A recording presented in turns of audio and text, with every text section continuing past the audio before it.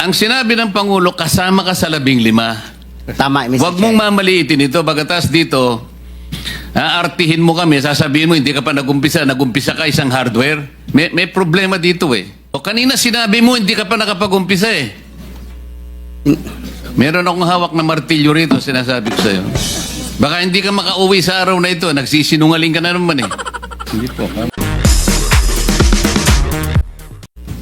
Mr. Kirante, sabi mo kanina, hindi pa nag-umpisa yung QM Builders as a contractor?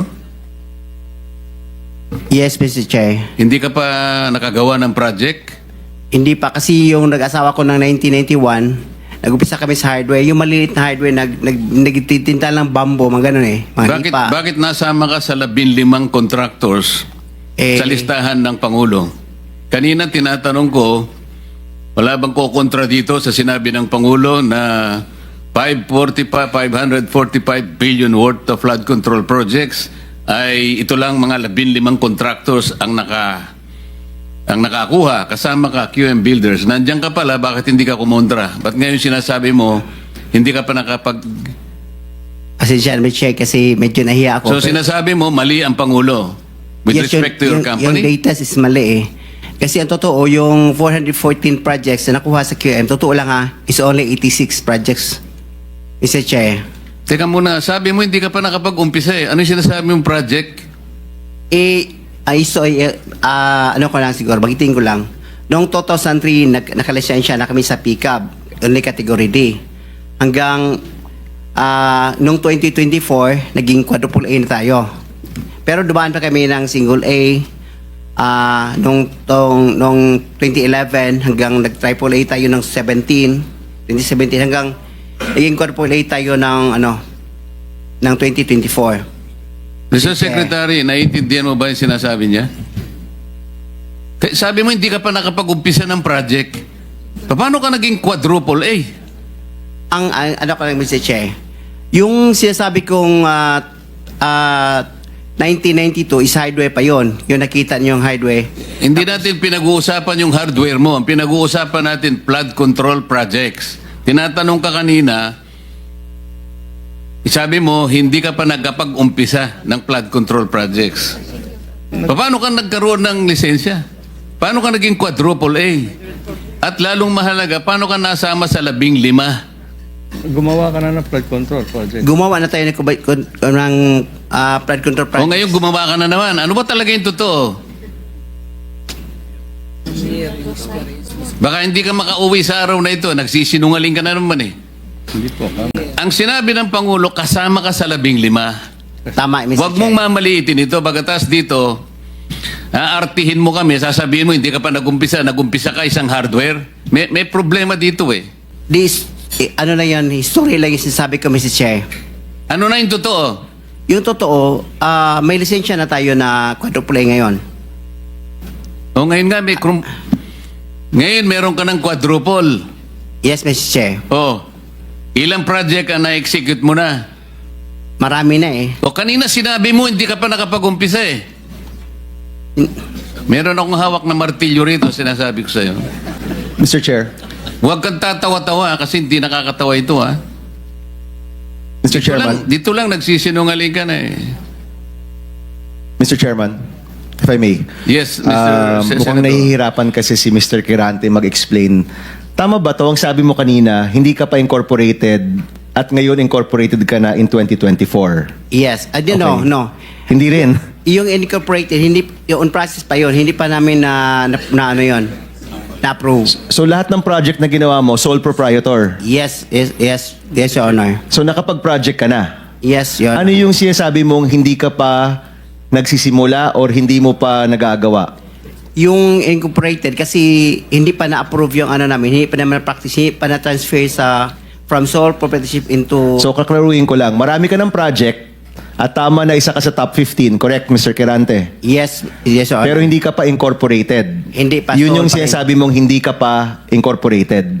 Yes, Your Honor. Yun yung binabanggit niya kanina, Mr. Chairman. Malabo pa rin eh. Mr. Secretary, tumatanggap ka ng isang sole proprietorship na mag-undertake ng flood control?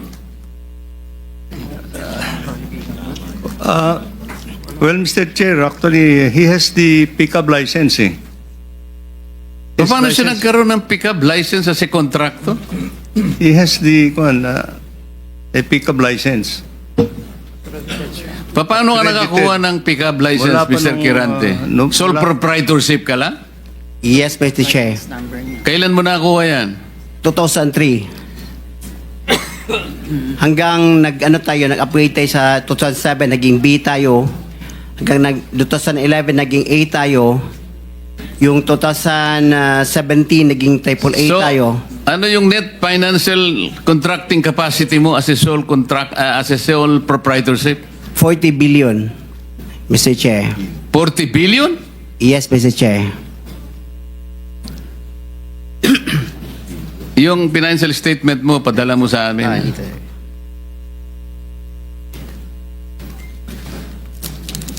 Mr. Chair, if I may. Mr. Chair, Teka muna, si Senator JB muna para matapos natin lahat. quick lang para sa kanya. Kanino? Kay Randy. Habang hindi pa siya umalis. Naniniwala ka pa dyan? Naintindihan ko, Mr. Chair, dahil tingin ko, Bisaya ito, hirap mag-express ng sarili niya in Tagalog. Kaya, I would rather advise him na uminom ka ng tubig, mag-inhale ka, relax ka, at ang pagsalita mo, huwag mo masyadong bilisin. Naintindihan kita eh, para tayo Bisaya. May difficulty in expressing yourself ka. Hindi ko kinakampihan, Mr. Chair, ha? Ang sinasabi niya, meron siyang 40 billion pesos. 40 billion. NFCC. 40 billion ang sinasabi niya. NFCC, Mr. Chair. Kaya nga, 40 billion pesos. Yes, Mr. Chair. Oh. Naniniwala ka, Mr. Senator? Ano yung NFTC, Mr. Chair? Hindi ko...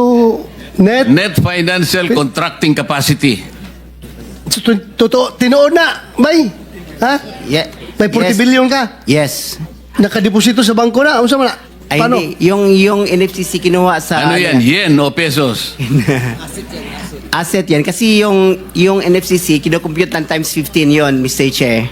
Halimbawa, may 1 billion ka sa bangko. Pwede ka sa 15 billion. So, halimbawa, may pera ka sa bangko na 2 billion, ibig sabihin, pwede ka sa 30 billion. Yan ang computation. Kaya tayo yung pera natin, kasama na yung mga assets, more than 2 billion. Kaya, i-multiply natin ng 15, abot ng 40 billion. Kaya kami munta at hanggang 40 billion. Mr. Chairman, Mr. Kirante, ito tinitignan. Ano yung 2015 na QM Builders Incorporated? Ina-apply namin dyan sa SEC, Pero Your Honor. 2015 pa siya. Pero hindi pa namin tinatransfer Transfer to? to sole proprietorship into incorporated. Hindi, ito incorporated na ito eh. This is a corporation. Kasi ang explanation ng bookkeeper natin, yung ano natin gahandol, yung experience ng from sole proprietorship, itatransfer muna sa Hindi, incorporated. iba yung experience, iba yung corporate entity. Ha? Incorporate entity is 2015 nandyan na siya. Pero sinasabi nyo, walang nangyayari. Wala nangyayari. Ang Ina-apply lang. ginagamit nyo since noon pa ay yung inyong sole proprietor. Yes, Your Diyan Honor. pumapasok inyong income, in other words. Yan rin ginagamit nyo pagbibid ng mga projects. Yes, Your Honor. Tama? Ganun pa? Ganun ba ho ang interpret? So, dalawang entity, yung sole proprietor at yung incorporation. Yes, Your Honor. Okay. Sabit nyo na lang ho sa amin yung mga dokumento na yan.